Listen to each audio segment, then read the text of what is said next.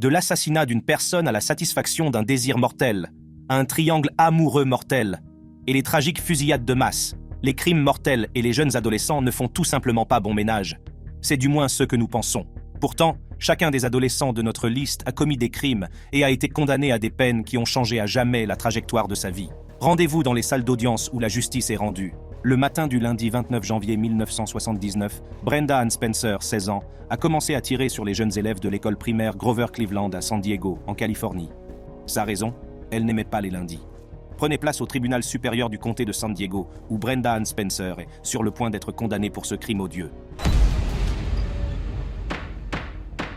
Le matin du lundi 29 janvier 1979, Spencer s'est armé d'un fusil semi-automatique, Ruger, 10/22 de calibre 22 avec un viseur télescopique. Depuis sa maison, elle a commencé à tirer sur de jeunes enfants à l'extérieur de l'école primaire Grover Cleveland, à San Diego, en Californie. Les enfants attendaient à l'extérieur de l'école que leur directeur Burton Ray, âgé de 53 ans, ouvre les portes de l'établissement. Elle a commencé par tirer sur Cam Miller, 9 ans, parce qu'il portait du bleu, sa couleur préférée. Elle a ensuite continué à tirer de manière erratique, tuant finalement Rag, un gardien, Mike Suchard et un enseignant, Daryl Barnes, qui tentait de protéger les enfants. Après avoir tiré 36 fois, Spencer s'est finalement arrêtée de tirer et s'est cachée chez elle. À l'intérieur, elle a appelé un journaliste local pour lui dire qu'elle avait tiré sur les écoliers parce qu'elle détestait les lundis. Selon elle, « Je déteste les lundis. Cela égaye la journée. » Après une brève confrontation avec la police, Spencer a fini par se rendre et a été placée en garde à vue. Elle a été inculpée de plusieurs chefs d'accusation de meurtre et d'agression avec une arme mortelle et sera jugée comme une adulte.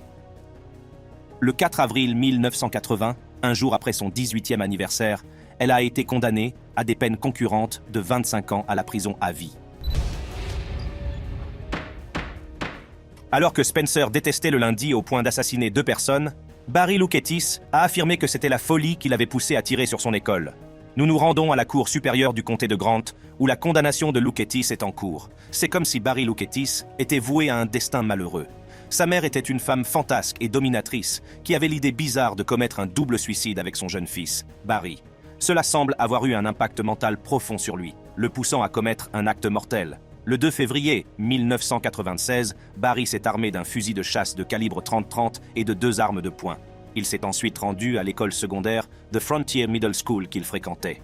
Il est entré dans sa classe d'algèbre pendant la 5e période et a ouvert le feu sur les élèves, tuant Arnold Fritz et Manuel Vela Jr., tous 2 âgés de 14 ans, ainsi qu'une enseignante, Leona Kyres. Cependant, l'entraîneur de l'école, John Land, a réussi à mettre Louketis à terre, lui a pris l'arme et l'a gardé jusqu'à l'arrivée de la police. Le 2 juillet 1996, Louketis a été jugé en tant qu'adulte et, en septembre 1997, il a été reconnu coupable des charges retenues contre lui. En septembre 1997, il a été reconnu coupable des charges retenues contre lui, après avoir plaidé l'aliénation mentale pour toutes les charges retenues contre lui. Louketis a été condamné à 2 peines d'emprisonnement à perpétuité et à 205 années supplémentaires sans possibilité de libération conditionnelle. Toutefois, à l'issue d'une nouvelle audience de détermination de la peine en 2017, Barry Louketis a été condamné à 189 ans de prison.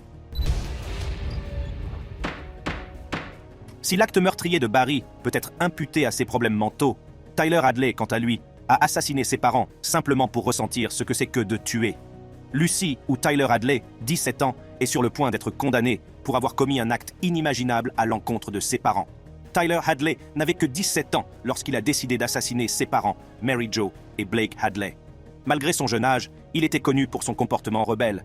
Cependant, personne ne se doutait qu'il ne s'agissait là que de la préparation d'un crime encore plus grand. Tôt le 16 juillet 2011, Tyler a posté sur son mur Facebook « Fête dans mon berceau ce soir, peut-être ».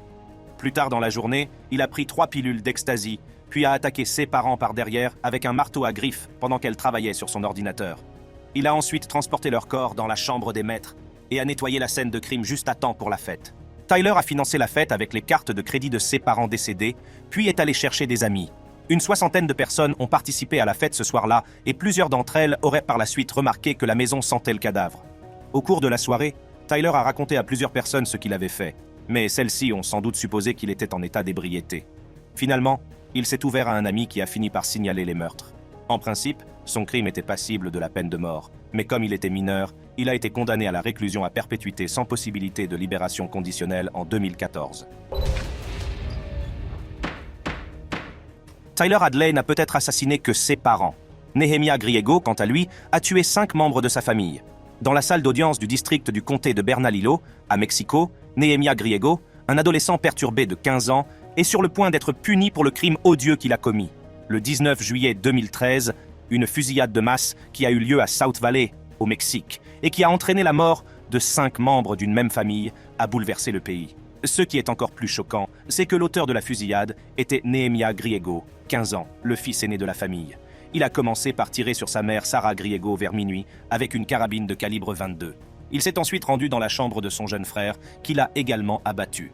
Nehemiah s'est ensuite rendu dans la chambre que partageaient ses 2 jeunes sœurs et les a tuées.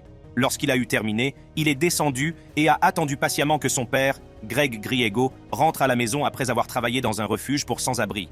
Dès que son père est entré, à 5 heures du matin, Nehemiah lui a tiré dessus à plusieurs reprises avec un fusil semi-automatique de type R15 muni d'une lunette de visée. Le jeune garçon a ensuite envoyé par courrier électronique une image de sa mère décédée à sa petite amie, a chargé la camionnette familiale de 2 fusils et avait un plan mortel pour abattre d'autres personnes avant de mourir dans un échange de coups de feu avec la police. Cependant, il s'est rendu à l'église familiale où il a dit au pasteur que quelqu'un avait assassiné sa famille. Le pasteur a contacté les secours qui ont découvert les corps.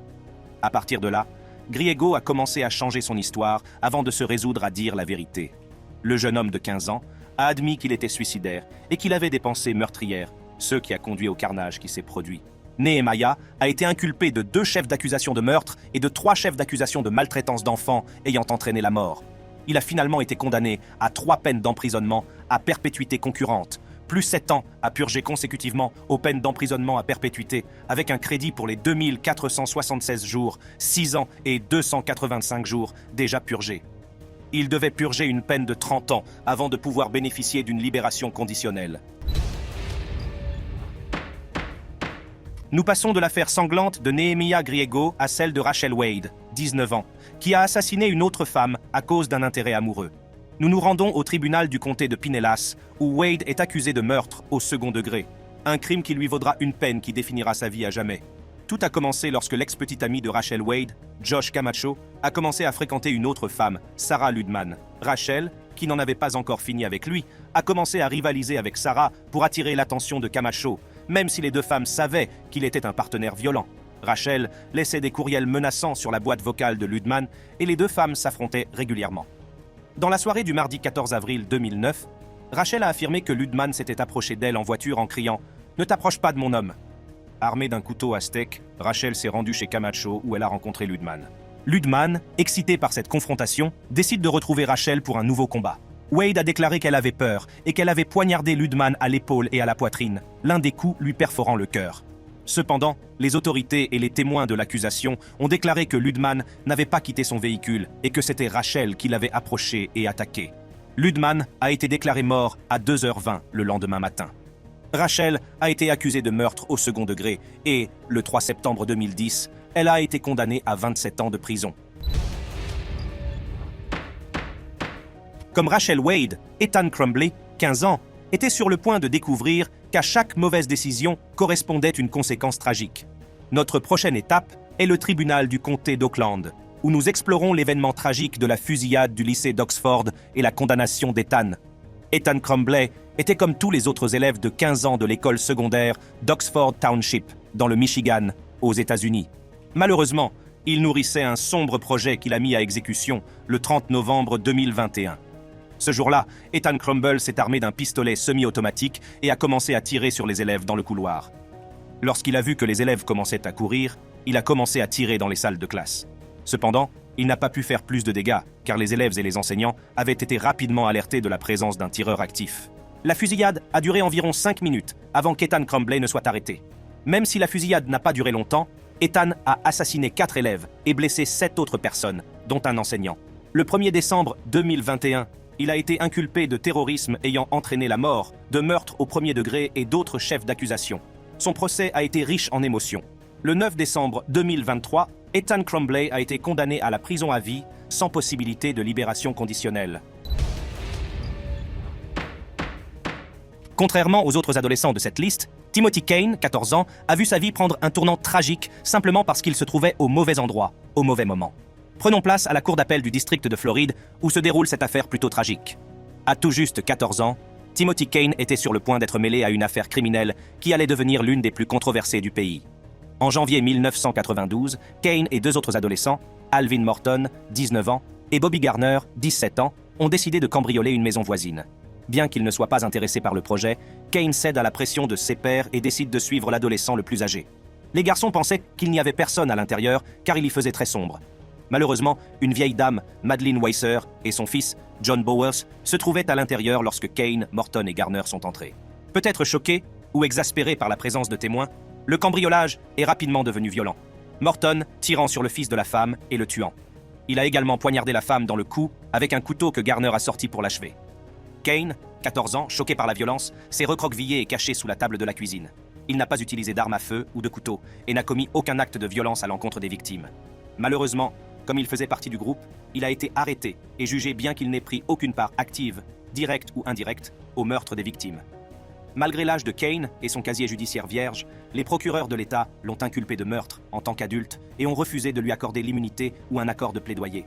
Il a été reconnu coupable de 2 chefs d'accusation de meurtre au premier degré et a été condamné à 2 peines d'emprisonnement à perpétuité concomitante avec un minimum obligatoire de 25 ans de prison.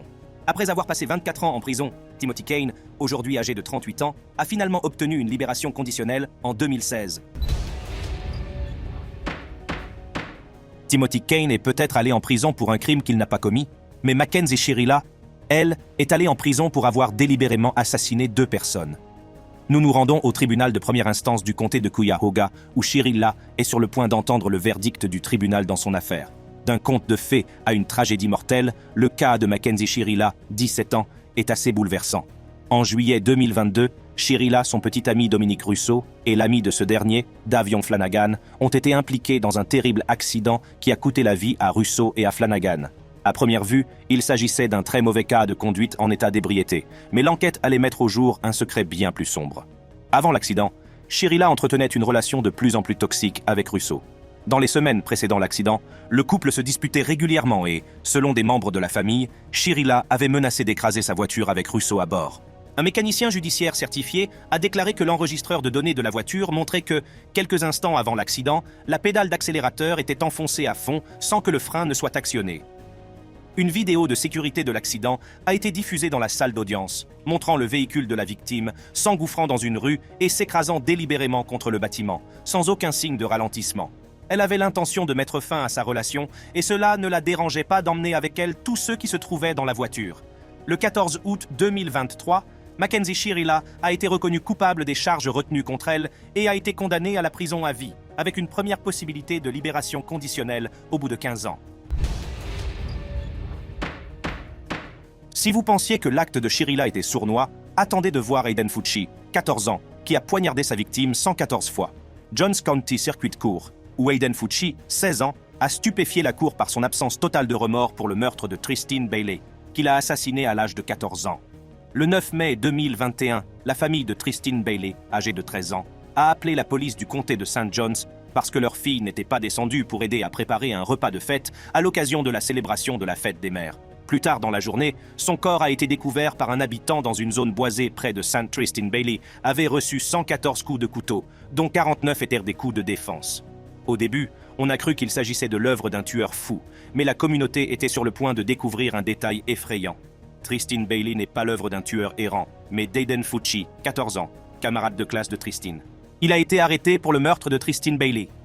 Selon sa petite amie et ses amis, Fucci avait un sombre désir de tuer quelqu'un et se faufilait souvent derrière ses amis pour faire semblant de leur trancher la gorge. Il possédait également 2 couteaux Buck, nommés Poker et Piqueur. Fucci a finalement été arrêté et, dans un premier temps, il a clamé son innocence. Cependant, en février 2023, avant son procès, Fucci a changé son plaidoyer de non coupable à coupable. Le 24 mars 2023, il a été condamné à la prison à vie avec possibilité de libération conditionnelle au bout de 25 ans. La culpabilité d'Aiden Fucci dans la mort de Tristine Bailey est indéniable, mais dans le cas de Cyntoia Brown, âgée de 16 ans, nous ne savons toujours pas exactement ce qui s'est passé la nuit où elle a tué sa victime. Notre dernière affaire se déroule au tribunal pour enfants de Nashville, où Cyntoia Brown est sur le point d'être condamnée pour la mort par balle de Johnny Allen, 43 ans. Dans la nuit du 6 août 2004, Brown, âgé de 16 ans, a rencontré Johnny Michael Allen, 43 ans, et a accepté d'avoir des relations sexuelles avec lui pour $150. On ne sait pas exactement ce qui s'est passé, mais à un moment de son séjour dans la maison d'Allen, elle lui a tiré une balle dans la nuque avec une arme de poing de calibre 40 et lui a volé de l'argent dans son portefeuille. Brown a été arrêté et inculpé d'homicide, de vol aggravé, de possession d'armes de poing et d'usurpation d'identité. Bien qu'elle n'ait eu que 16 ans au moment des faits, elle a été jugée comme une adulte. Brown n'a jamais nié avoir tiré sur Allen. Elle a plutôt affirmé que l'acte avait été commis en état de légitime défense. Elle a affirmé qu'Allen l'avait intimidée à plusieurs reprises et que c'est lorsqu'elle a cru qu'il avait passé la main par-dessus son épaule pour prendre une arme à feu qu'elle l'a abattu. Brown a finalement été reconnu coupable de meurtre au premier degré, d'homicide volontaire et de vol aggravé, et condamné à la prison à vie. Le 7 janvier 2019, sa peine d'emprisonnement à perpétuité a été commuée en une peine de 15 ans, plus 10 ans de liberté conditionnelle sous surveillance. Brown a finalement été libéré de prison le 7 août 2019. Qu'il s'agisse de coups de couteau brutaux ou de fusillades de masse, chacun de ces dangereux adolescents a commis des crimes odieux qui, aujourd'hui encore, continuent de se répercuter sur les communautés touchées. Pour d'autres vidéos de ce type qui donnent à réfléchir, cliquez sur les cartes affichées sur votre écran et je vous attends.